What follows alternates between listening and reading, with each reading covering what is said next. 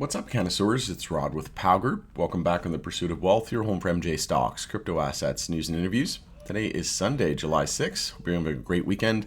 And in this video, we're going to do another rapid-fire news update, this time for the period June 28th to July 4th. And again, it's not a deep dive detail, it's just a high-level overview in case you missed it, and then you can dive into it more on your own time. Before we get to it, though, make sure to smash the like. It helps support me in the channel. If you're new, you can subscribe, tick the bell, all that good stuff. You've been notified on any future content or when I go live, and I post these videos each and every week. And as always, this is not financial advice. This is for entertainment purposes only. You can follow us over on X, formerly Twitter. Handle for that is @GroupPow. Going to be using that as my platform of choice going forward. We'll jump right into the news. It was a little bit lighter on the news this week, so it won't be as long of a video. Canada's legal MJ industry reaches $9.2 billion in GDP contribution as the illicit market shrinks. And this is only going to shrink even further, in my opinion, as we see excise tax reform more than likely over the next couple of years. I think it's highly probable that we see that happen. There's been so much, bankruptcy, CCAA filings, that it's time for the government to start to support the industry. And even just going to one national stamp for excise stamps, that will help cut down on costs and burden, time, that kind of thing. So again, we're heading in the right direction, and I think this is a sign of what's to come. It's great that we're starting to see this shrink, but there's still a lot of work to do, in my opinion. Also, Mike Tyson continues to be vocal and tells Trump to reschedule MJ and free prisoners in a Fox News appearance. So it looks like he understands which schedule they want to reschedule to. There was some people saying that he didn't even know what it was currently scheduled as, but in that Fox interview, he talks about moving it to Schedule 3. Ultimately, we need to deschedule it, right? We need to follow in the footsteps of, say, Canada. That's been almost 7 years legal at the federal level. And end this madness. Give the people what they want. 80 to 90% of people in the U.S., they believe that it should be legal in one form or another, whether it be medical. It's time to end this asinine prohibition. It's going, the longer that it goes on, the more you see the corruption, right, at the highest level. And the reason why is because of the lobbyists, because of the incumbents, the big pharmas, the big alcohol, the big tobaccos. They're just trying to figure out how to get their greasy little paws all over it, right? And then not only that, they want to weed out, no pun intended, all the small operators, right? And then they come in and buy it for pennies on the dollar. And that's who's going to be able to survive long term, is those big corporations with deep pockets and these companies that are getting backing from these companies with deep pockets. Also, MJ taxes officially increased to 19% in California and 12% in Maryland, and that was starting as of July 1st. So they'll see higher taxes at checkout, with rate increases now officially in effect. Also, the Philippines had some reform news here. Potentially, Philippine senator files legislation to legalize medical MJ. And again, we're seeing this all around the world, and it's time for the U.S. to catch up. And once we see the biggest economy, the biggest capital market in the world legalize at the federal level, things are going to ignite like you wouldn't believe. Also, not some so great news here for Terasen.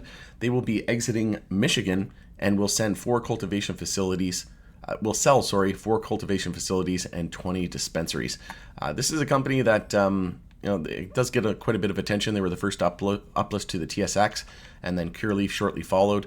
But the MJ company announced the strategic exit to focus on core markets. The net proceeds from this divestitures will be used to pay down debt. So you have to remember, there's a lot of these U.S. companies. They have a lot of debt. They have a lot of competition. There's price compression, etc., saturation in markets. So there's going to be a lot of competition as well from LPs coming into Canada. We're already seeing that with Canopy USA and a lot of other, potential reform that we could see. In my opinion, that's going to be the world we're heading to, right? There'll be cross-border. You'll be able to sell into the US and Canada, vice versa. So I think, there's tough times ahead for a lot of these MSOs.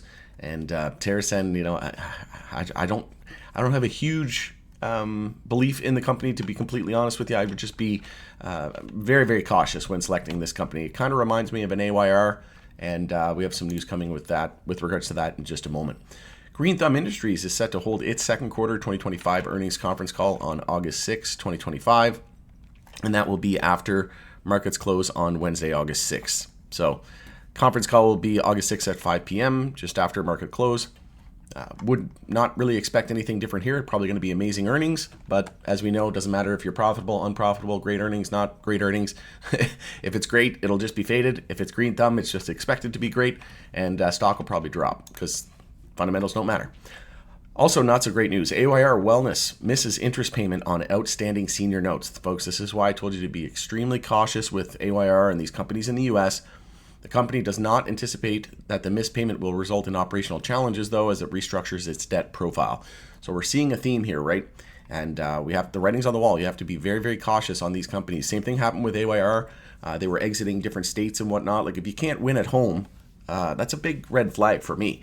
But AYR had a lot more red flags. You know, they had management shakeup, CEOs, CFOs missing, leaving, board members leaving. So there was all kinds of red flags here. But just be careful with, you know, a lot of these MSOs are probably going to go through the ringer, same like the Canadian LPs did. And I would argue that Canadian LPs are the safest bet right now. But again, I'm not telling you to buy, sell, or hold, not telling you what to do. This isn't financial advice. This is for entertainment purposes only. But just be very, very cautious on some of these names in the U.S., especially the smaller operators. Also, Delaware is set to launch recreational MJ sales on August 1st. Love to see it. And the U.S. House passes the One Big Beautiful Bill Act, sending it to President Trump for the July 4th signing. I didn't actually see if it was signed on the 4th or not. I assume it was, but regardless, not expecting any delays there.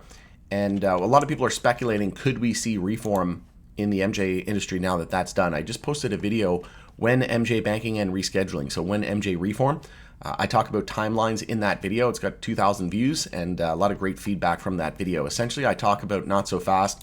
I don't believe that we're going to see MJ, they're going to pivot to MJ right now. They're still working on the Genius Act, which is stablecoin bill. Then they're going to be focusing on the Clarity Act, which is market structure for both for the crypto space. Once those are finished, then I think they're going to pivot into MJ. And like I said, you can check out that video for my thoughts and opinions on timelines, etc. Also, Kronos Group enters the Swiss medical MJ sector. Switzerland is the 7th international market the Canadian operator is now distributing prescription MJ in. So again, this is why I'm very bullish on MJ. They're not only are they all in Canada and some starting to go into the US, they already have international footprints and massive footprints globally. While a lot of these US operators can't even win at home, and that's all that they're focusing on. And everybody talks about how great, you know, the US market is and how great these US MSOs are. Well, why are they exiting markets on their own turf, right? And they can't even win at home, and they don't even have any operations globally. Like, it doesn't make any sense, right? There's some shady stuff going on there. I don't know. It's hard to explain. I think it's just because there's so much competition in the US. And like I said, now you're starting to see Canadian LPs enter the US as well. So just be very, very cautious. But I think Kronos Group could be a sleeper here. They're sitting on a boatload of cash as well.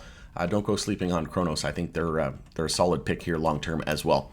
Also, great news, Czech Republic bill to legalize MJ and home cultivation and to also allow psilocybin for medical use heads to the president's desk. So again, we continue to see the reform across the globe roll out, and the U.S. just always dragging their feet, it seems. I think they'll catch up in a big way, though.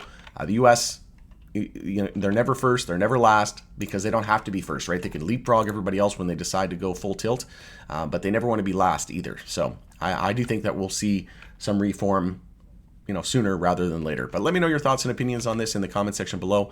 We'll continue the conversation there. It's Rod with Pow Group. Thanks again for joining us in the pursuit of wealth. Enjoy the rest of your weekend, and we'll catch you on the next one.